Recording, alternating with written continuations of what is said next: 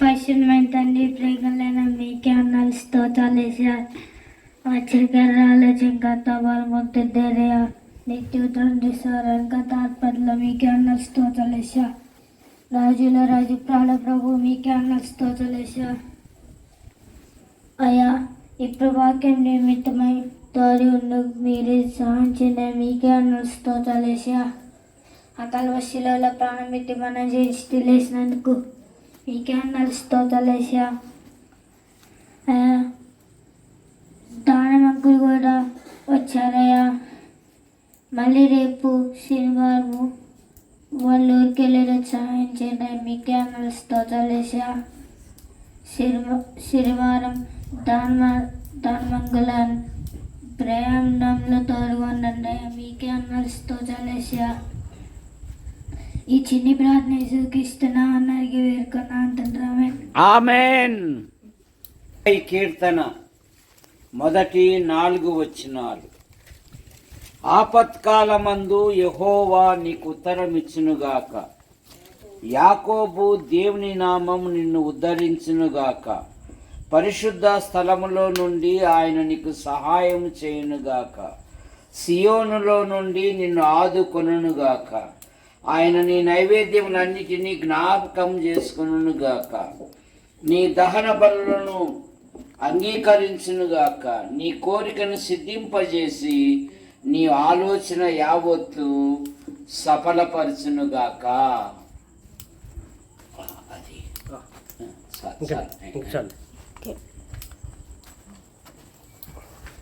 ఆయన చూసుకుంటా దాని మీద కూర్చొని తగైతే దాని మీద మీ అందరికీ ప్రభు అయిన యేసుక్రీస్తు నామములో వందనాలు తెలియజేస్తున్నాను. మరొకసారి ఈ విధంగా మీ మధ్యకు రావడము నిజంగా దేవుని కృప. ఎండలు అధికంగా ఉన్నాయి, మీకన్నా ఇంకా మాకెక్కువ. మీకు 6 గంటలకే చల్లబడిపోతుంది, మాకు 12 అయినా కూడా చల్లబడదు వేడి. కానీ సువార్త పని ఆగకుండా అది కొనసాగుతూనే ఉంటుంది. ఈరోజు మన ధ్యానాంశము కోరిక. కోరికలు లేని వారు ఎవరండి? అనేకులు అనేకమైన కోరికలు కలిగి ఉన్నారు. దేవుని పిల్లలు కూడా కోరికలు కలిగి ఉన్నారు. అందులో మొదటి కోరిక బత్షెబా తన కుమారుని రాజుగా చేయాలని రాజు అయిన దావీదు యొద్దకు వెళ్ళింది. దావీదు వృద్ధాప్యములో ఉన్నాడు. అదోనియా దేవుని సంకల్పము గాక తనకు మనుషులను ఏర్పరచుకొని తనను తాను రాజుగా ప్రకటించుకున్నాడు. అది విన్న బత్షెబా రాజైన దావీదు వద్దకు వచ్చి, బత్షెబా జీవితం చాలా బాధలు అనుభవించింది, నిందలు అనుభవించింది, ఎన్నో బాధలు అనుభవించింది. కానీ తన కుమారుని రాజుగా చేయాలని కోరిక కలిగి ఉంది. తల్లిదండ్రులుగా మన పిల్లల పట్ల మనం ఎలాగుంటున్నాం? బైబిల్ పండితులు ఏమంటున్నారంటే, తల్లిదండ్రులంట పిల్లలను 1 హీరోలుగా చేయగలరు, 2 నీరోగా చేయగలరు, 3 జీరోగా చేయగలరు. కానీ మోషే తల్లిదండ్రులు తమ పిల్లలను హీరోలుగా చేశారు. వారు ఐగుప్తులో బానిసలుగా ఉన్నారు. ఐగుప్తీయులు కఠినముగా సేవ చేయించుకుంటున్నారు. వారి ప్రాణములను విసిగింపజేస్తున్నారు. వారిని కష్టపెడుతూ ఉన్నారు. ఆ బాధల్లోనే అమ్రాము యెకోబేదు తమ పిల్లలను హీరోలుగా చేశారు. మోషే లక్షలాది మంది నడిపించే నాయకుడుగా ఉన్నాడు. అహరోను అతి పరిశుద్ధ స్థలములో ప్రవేశించే ప్రధాన యాజకుడుగా ఉన్నాడు. మిరియాము నాయకురాలుగా ఉన్నట్టుగా మనం చూస్తూ ఉన్నాం. కనుక మన పిల్లలను మనం ఉన్నతమైన వ్యక్తులుగా చేయడానికి సదుపాయాలు అక్కరలేదు.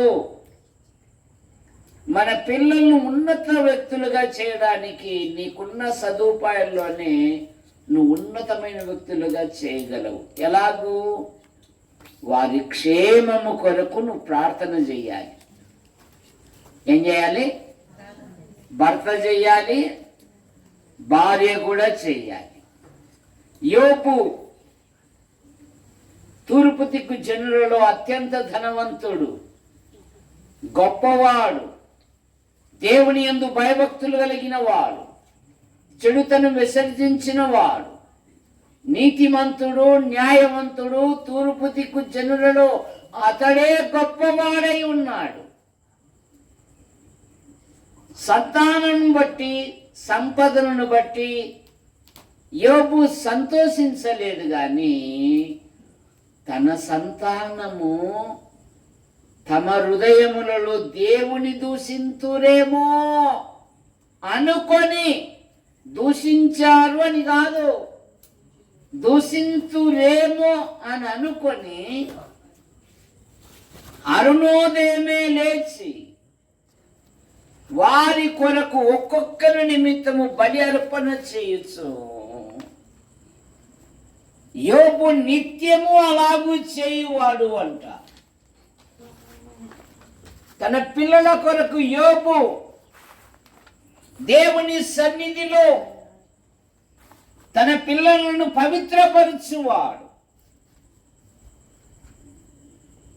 ఇక సహోదరి గురించి విలాప వాక్యాలు 2వ అధ్యాయంలో ఏముందంటే, సియోను కుమారి ప్రాకారమా, నీవు లేచి రేయి మొదటి జామున నీ పసిపిల్లల ప్రాణము కొరకు నీ హృదయము దేవుని సన్నిధిలో కుమ్మరించుము. నీ పసిపిల్లల ప్రాణము కొరకు నీ చేతులు ఆయన తట్టు ఎత్తుము. ఎంతమంది ప్రార్థిస్తున్నారు? వదిలేశారు. తల్లిదండ్రులు ఆరాధికులే గాని తమ పిల్లలు దేవుని ఎరగని వారు అని బైబిల్ సెలవిస్తూ ఉంది. జాగ్రత్త. తిమోతి ఇంటిలో విశ్వాసము అనే పదము 3 తరాలుగా ఉంది. ఎన్ని తరాలుగా ఉంది? మొదట అవ్వ రక్షించబడింది, 2 కుమార్తె రక్షించబడింది, 3 మనవడు రక్షించబడ్డాడు. చూసారా? వారి ఇంటిలో ఎంతుందంటే విశ్వాసము 3 తరాలుగా. మరి మన విశ్వాసము మన పిల్లలకు అబ్బుతూ ఉందా? మన విశ్వాసము మన పిల్లలు నేర్చుకుంటున్నారా? ఒక వృద్ధురాలు, ఒక తల్లి కలిసి తిమోతిని ఒక దైవజనునిగా తీర్చిదిద్దారు. బాల్యము నుండే లేఖనములను ఎరిగిన వాడు అంట తిమోతి. జపన్య బాల్యం నుండే ప్రార్థనాపరుడు గనుక, ప్రభువా దానముకులు నడిపించావు, 2 రోజులు అక్కర్లేదు ప్రభువా, 1 రోజే ఉండుటకు సహాయం చేయని ప్రార్థన చేస్తున్నాడు. కారణమేమి? ఆయన చిన్నపిల్లాడు, ఏం తెలియదు కదా, అవి మనం పట్టించుకోవద్దు. మతానికి దేవుని సన్నిధిలో ప్రార్థన చేస్తున్నాడు. మా అంకులు నడిపించావు, నీకు స్తోత్రం నాయనా అనే పలుకులు పలుకుతూ ఉన్నారా మన పిల్లలు?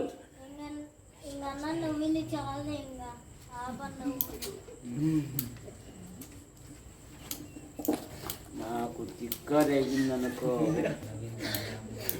కనుక పిల్లల క్షేమము కొరకు మనం ప్రార్థించాలి.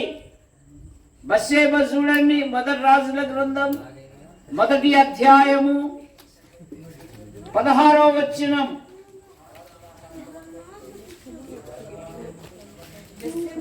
బస్సేబా వచ్చి రాజు ఎదుట సాగిలపడి నమస్కారము చేసి, రాజు నీ కోరిక ఏమని అడిగినందుకు ఇలాగు మనవి చేసెను, నా ఏలినవాడా, నీవు నీ దేవుడైన యెహోవా తోడని నాకు ప్రమాణము చేసి, నీ కుమారుడైన సొలొమోను ఏలువాడై నీవు సెలవిచ్చితివే. ఎంత శ్రేష్టమైన మాట అండి. తన కుమారుని బస్సేబా రాజుగా చూడాలని ఆశించింది. ఆయన నీ కోరికను సిద్ధింపజేసి నీ ఆలోచన యావత్తు సఫలపరిచే దేవుడు. ఇప్పుడు సొలొమోను గురించి రాజైన దావీదు అంటున్నాడు, నిశ్చయముగా నా తరువాత నీ కుమారుడు రాజగును. 30-31 వచనాలు చూడండి.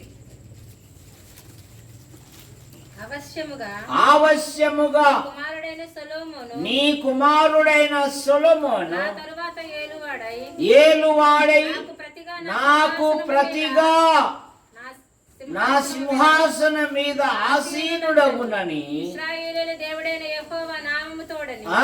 నేను నీకు ప్రమాణం చేసిన దానిని ఈ దినముననే నెరవేర్చెదను. ఎంత మంచి కోరిక అండి. ఏమండి, నా జీవితమే అధోగతి, నా చరిత్ర నీకు బాగా తెలుసు. నేను నిందించబడ్డా, దూషించబడ్డా, అవమానించబడ్డా. ఇదిగో నువ్వేమన్నావు తెలుసా? నీ కుమారుడగు సొలొమోను నాకు ప్రతిగా నా తర్వాత రాజును. మరి అదోనియా గర్వించిన వాడై తను రాజుగా ప్రకటించుచున్నాడు. ఇదేమి?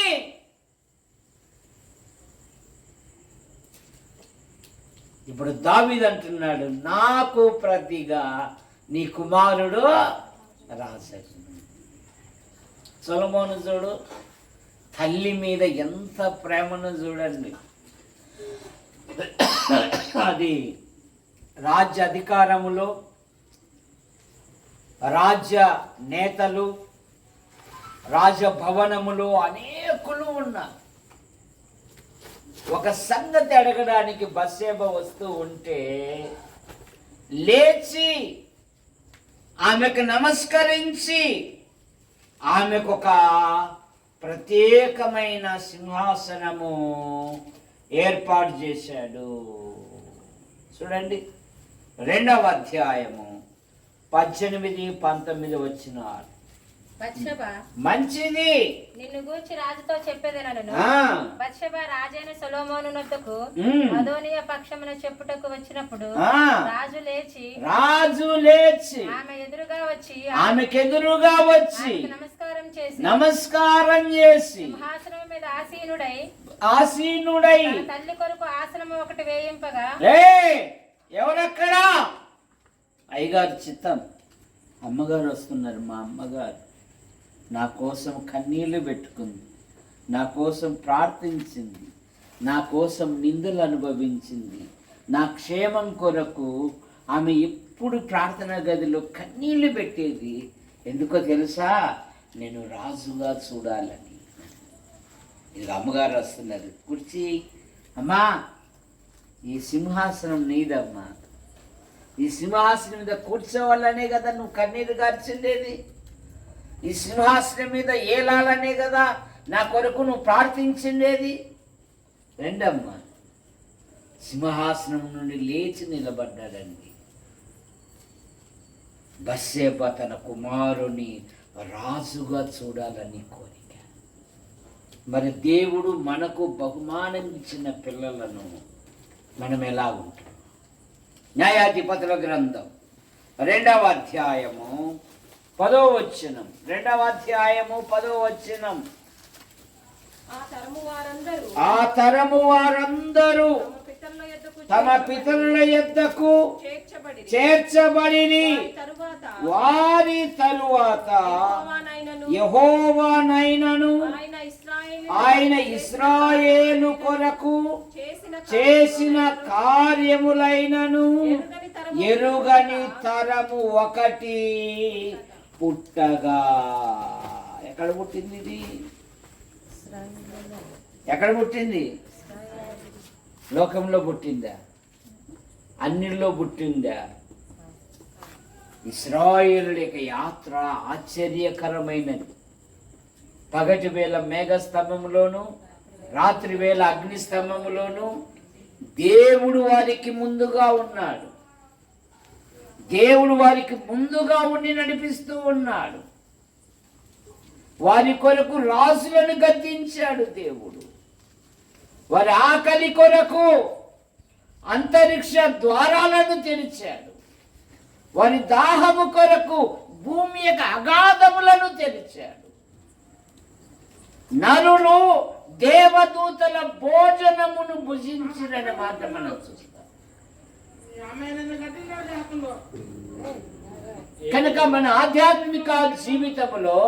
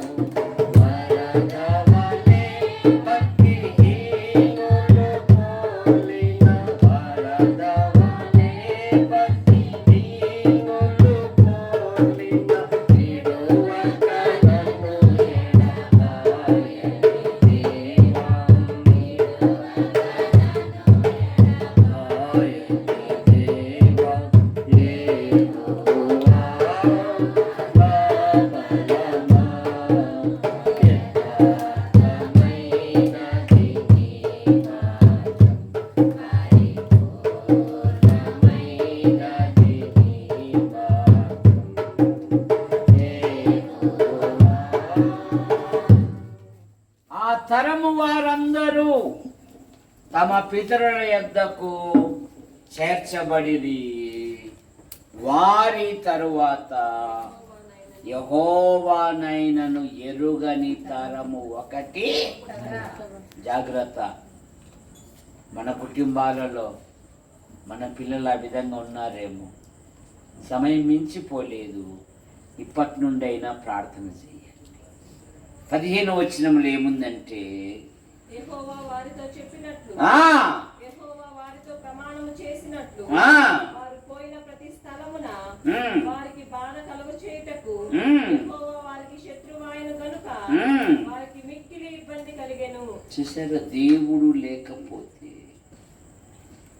దేవుని యందు విశ్వాసం ఉంచకపోతే, దేవుడే వారికి శత్రువై బహు ఇబ్బందులకు గురి అయిపోయాడు. తండ్రి ఇంటిని విడిచిన వాడు ఏమయ్యాడు? ఇబ్బందులకు గురయ్యాడా? ఇబ్బంది పడా సాగాడు. జాగ్రత్త. నీకు ఆస్తి లేకపోవచ్చు, అంతస్తు లేకపోవచ్చు, వారి క్షేమం కొరకు ప్రార్థన చేయి. ఎదుటి వాళ్ళ మీద మనసు పెట్టాకు, మన పిల్లల మీద మనం మనసు పెడదాం. యెహోషువ ఏమన్నాడు? నేనును అది కావాలి. మనం ఎప్పుడు పొరిగింటల మీదనే మనసు. మే సింగారించుకోకపోతుంది. వాడు ముందే పోయాడు. ఈ అవసరమా ఇది మనకు, దేవుని పిల్లలకు? మన మనసు అంతా ఎదుటని మన పిల్లల్ని ఎవరన్నంటే మా పిల్లోడేనా, మా పాపేనా? కానీ భక్తులు అలా కాదు. నీతిమంతులు గద్దించుట నాకు తైలాభిషేకం అని తీసుకున్నారు.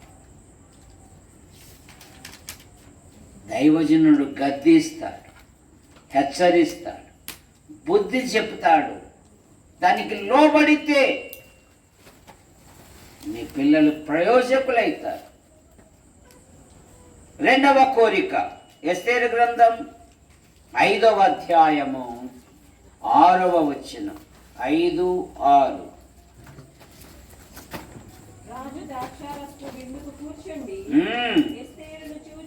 ఎస్తేరును చూసి నీ కోరిక ఏమిటి? ఎస్తేరు, నీ కోరిక ఏమిటి?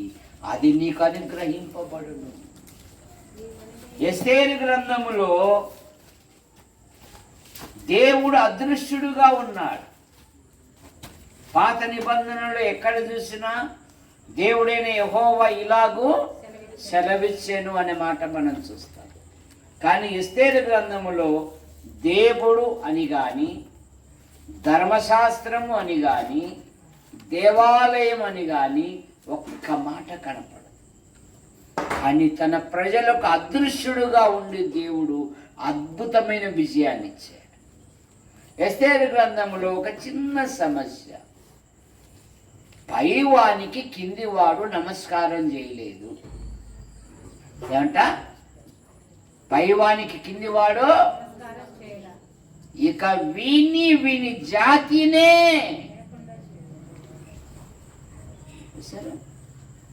శాసనం పుట్టించాడు. కానీ దయగల దేవుడు ఆ 7వ అధ్యాయం 1వ వచనములోను 9వ అధ్యాయం 1వ వచనములోను ఎక్కడ వార్త వచ్చిందో అక్కడెల్లా వారు ఉపవాసముతో దుఃఖముతో కన్నీళ్లు కార్చారు. వారు దుఃఖముఖులై ఉన్నారు. ఎప్పుడైతే దుఃఖముఖులై ఉపవాసం ఉన్నారు, రాణి కూడా అనింది కదా, నేను నా పనికత్తెలను 3 దినములు ఉపవాసం ఉండు. 4:15లో రాజా చట్టమునకు వ్యతిరేకముగా ఉండి నేను నశించదను గాని యూదులను రక్షించుట నా ధ్యేయం. వారు ఉపవాస ప్రార్థనలో గడిపారు. బైబిల్ ఏం చెప్తుంది? మీలో ఎవరికైనా శ్రమ కలిగేనా ఏడ్చుకుంటూ కూర్చోాలా? మరి ఎవరమ్మా ఏడ్చుకుంటూ కూర్చోవాలి అన్నారు? చాలా మంది ఏడ్చుకుంటూ బాకీ శ్రమలు, మాకే కష్టాలు, మాకే బాధలు, దాని వల్ల చూడు ఆడ బాగుంది గుండ్రాయి మాత్రం ఉన్నాడు. ప్రార్థించు, దేవుడు అద్భుతమైన విజయాన్ని ఇస్తాడు. మొర్దెకై సహా 6వ అధ్యాయం 1వ వచనంలో ఏముందో తెలుసా?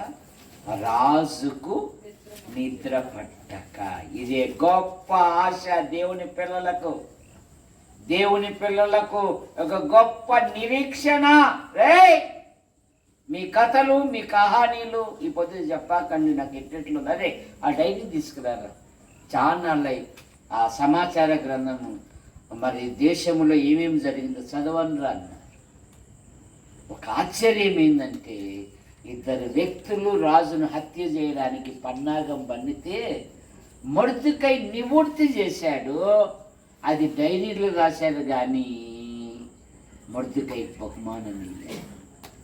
ఎబ్రీ పత్రిక 6వ అధ్యాయము 10వ వచనములో మీరు చేసిన కార్యమును చదవడం లేదు, బైబిల్ ఎక్కువ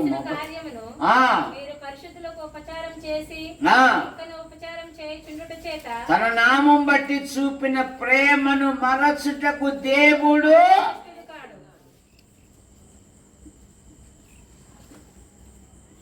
నీ క్షేమాభివృద్ధి కొరకు దైవజనులు కన్నీరు కార్చి ప్రార్థించి ఒక ఉన్నతమైన వ్యక్తులుగా నిన్ను తయారు చేసినాక ఆ తయారు చేసిన దైవజనును మర్చిపోకూడదు. నేను అదే ఉంటున్నది. తన నామం బట్టి చూపిన ప్రేమను బలహీనముగా ఉన్న వారికి నువ్వు సహాయం చేశావే, యేసుక్రీస్తు నామములో నువ్వు చేయి చాపావే, మేలు పొందిన వాడు మర్చిపోవచ్చునేమో కానీ ఆయన నామమును నువ్వు చేయి చాపావే, అది ఆయన మర్చిపోడు. అది ఆయన ఏరా నా ప్రాణాన్ని రక్షిస్తే మొర్దెకైకి బహుమతి లేదా? ఇక రాజుగారు ఇప్పుడు తెల్లారునా అని ఉన్నాడు. ఉదయాన్నే మనవాడు ప్రత్యక్షమయ్యాడు. ఈ హామాను యూదులకు శత్రువు అనే మాట మనం చూస్తాం. హామాను రాజును గణపరచు వారికి ఏం చేయాలి అన్నాడు. ఇంకా అహం దగ్గలే ఈయనకి ఏమని రాయబడిందో తెలుసా? నన్నుగాక రాజు చేత ప్రశంసింపదగిన వాడు ఎవరుండాలి సంస్థానములలో, ఈ 127 సంస్థానములలో నన్నుగాక ఏం చేయాలన్నాడు? ఏం లేదు రాజా, రాజవస్త్రాలు వేయాలా, నీ బంగారు హారతి ఉంగరాలన్నీ వేయాలా, గుర్రం మీద కూర్చోబెట్టాలా, నేనే స్వయంగా ఊరేయాల, నడిపించాలంటే నువ్వు పోయి మొర్దెకై చేయిపో అన్నాడు దేవుడు. నువ్వు పోయి ద్వారపాలకునికి ఘనత వచ్చింది. సరే, నువ్వు ప్రార్థనలో కనిపెట్టు. తమ జాతిని దేవుడు ఆశ్చర్యకరంగా రక్షించుకున్నారు వాళ్ళు ప్రార్థన ద్వారా, ఉపవాసము ద్వారా. మరి నీ పిల్లలు ఎందుకు రక్షించలేకపోతున్నావు? ప్రార్థించు నీ పిల్లల క్షేమము కొరకు. తన జాతినే రక్షించుకుంది ఎస్తేరు. మరో కోరిక మత్తయి సువార్త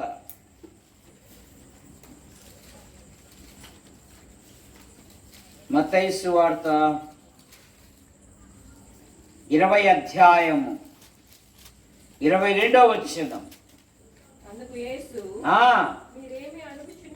21 జబదయ కుమారుల తల్లి ప్రభు దగ్గరికి వచ్చి అందుకామె నీ రాజ్యమందు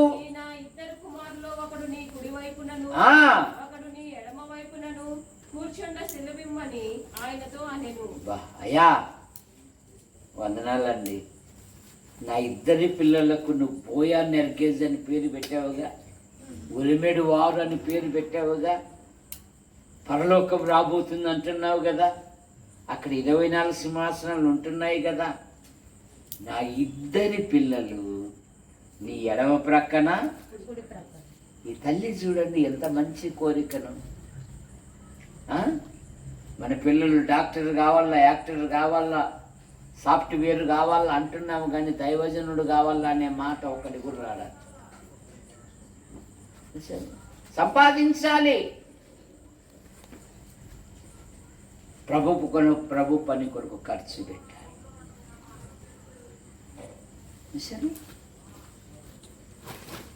తిమోతి బాల్యము నుండే దేవుని సన్నిధిలో ఉన్నవాడు. అందుకని పౌలు గారు ఏమన్నారంటే, నా కుమారుడా తిమోతి, ఓ యవనుడా, ఓ దైవజనుడా. ఈ పదాలు ఎక్కడి నుండి వచ్చాయి? ఒక ముసలమ్మ, ఒక తల్లి యవ్వనంలో తన కుమారుని ఇద్దరు సంఘాల సహోదరుల చేత తిమోతి మంచి పేరు పొందినవాడు అంట. 16వ అధ్యాయం మొదటి వచనం చదవాల్సిన పని లేదు. జబదయి కుమారుల తల్లి, ప్రభువా నా ఇద్దరు కుమారులు లోకములో కాదయ్యా, నీ కుడి పార్శ్వమున నీ ఎడమ పార్శ్వమున కూర్చోవాలయ్యా. మరి మన పిల్లల పట్ల మనం కోరికలు కలిగి ఉన్నాం? మన పిల్లల కొరకు మనం ఏమని ప్రార్థన చేస్తున్నాం? మన పిల్లలు మార్పు పొందాలని ప్రార్థన చేస్తున్నామా? ఆదికాండం 6వ అధ్యాయములో నరుల కుమారులు,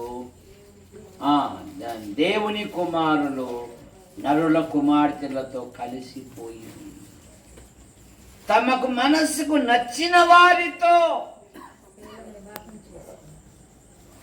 ఈ దినాలలో ఇదే మాట నెరవేరుతా ఉంది.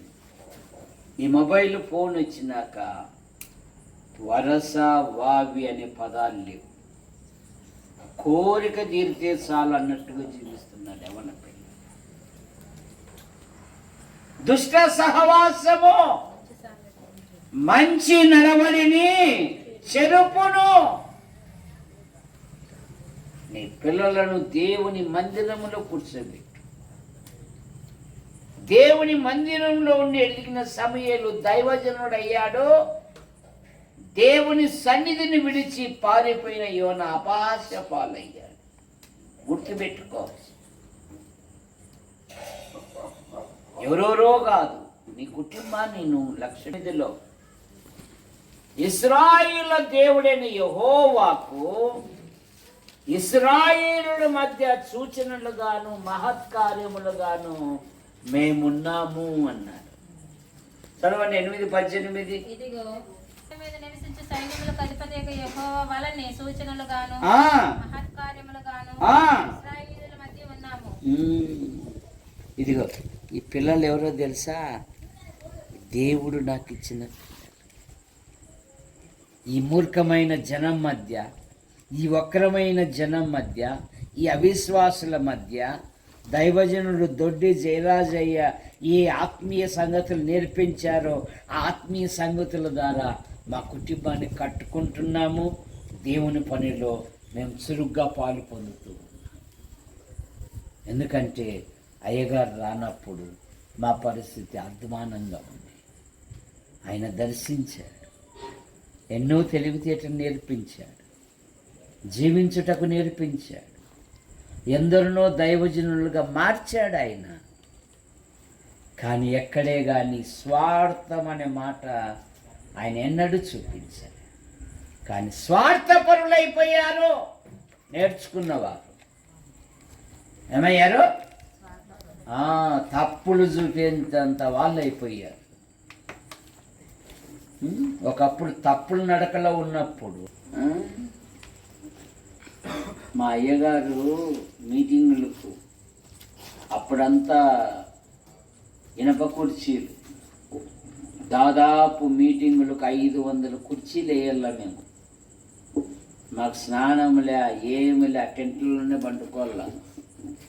ఆయనేమో దైవజనునితో వస్తాడు, మీటింగ్ జరిపిస్తాడు, అయ్యగారితో పాటు వెళ్ళిపోతాడు. అబ్బాయి ఈ 10 రూపాయలు తీసుకున్న బండ్లు కొనుక్కొని తిని ఈడే పండుకోండి అనేవాడు.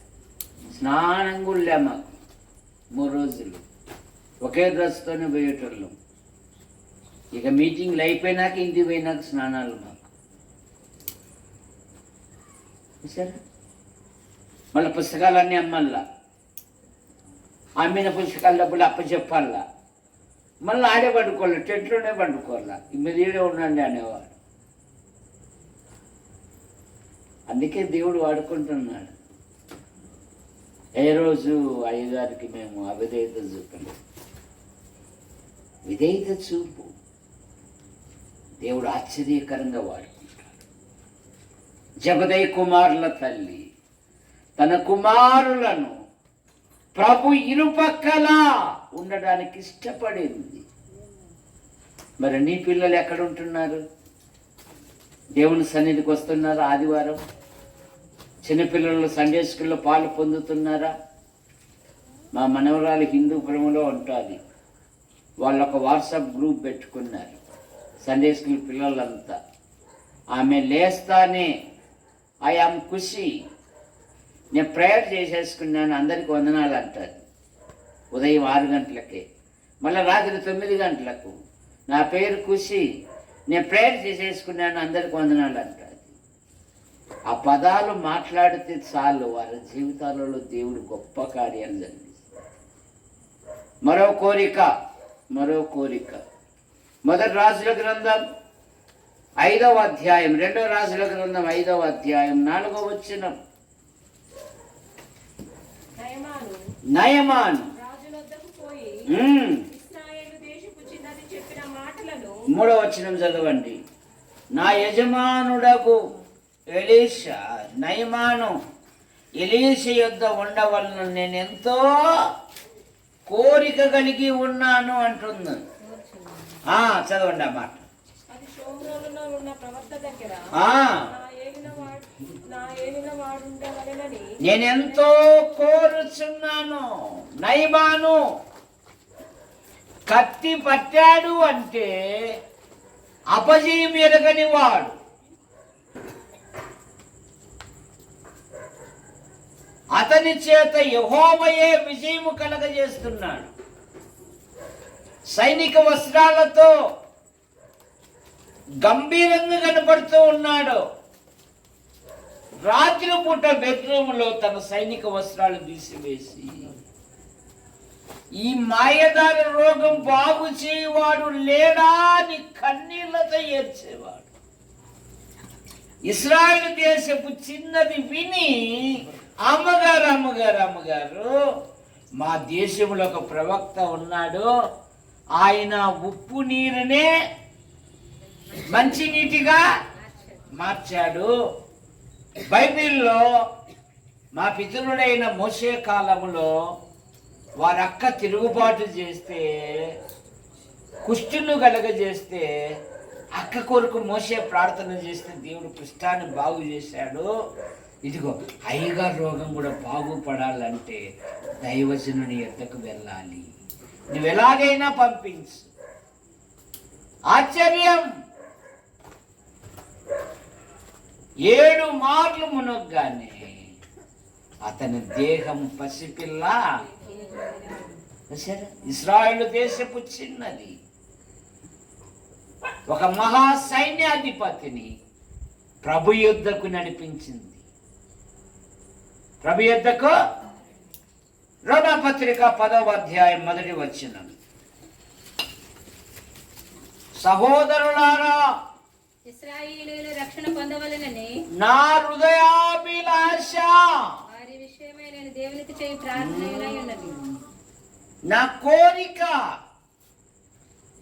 ఇశ్రాయేలీయులు రక్షణ పొందవలనని. 9వ అధ్యాయం 1వ వచనములో కూడా ఏ విధము చేతనైనను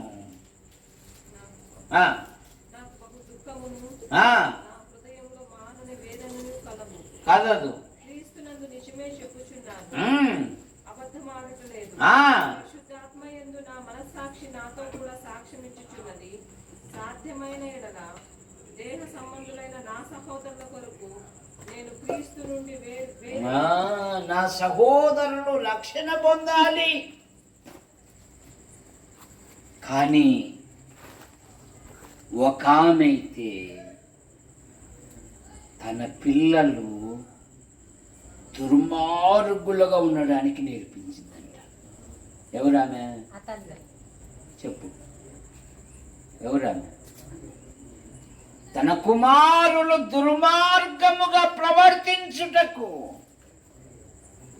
దుర్మార్గత నేర్పింది అతల్య.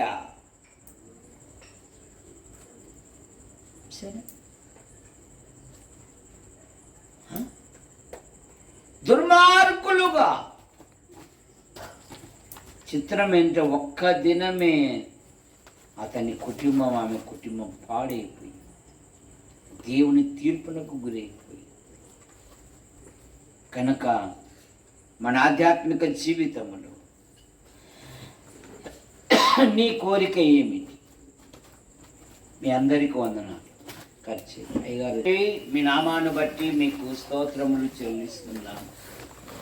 బలుసుపాడులో మరొకసారి ఈ విధంగా మీ కుమారుని ప్రకటించుటకు మీరు ఇచ్చిన ధనికను బట్టి మీకు స్తోత్రములు, ఆంటీని బట్టి మీకు స్తోత్రములు. జీవన జ్యోతి ఆమె భర్తను తీరించండి. వారు హైదరాబాద్లో ఉన్నారు.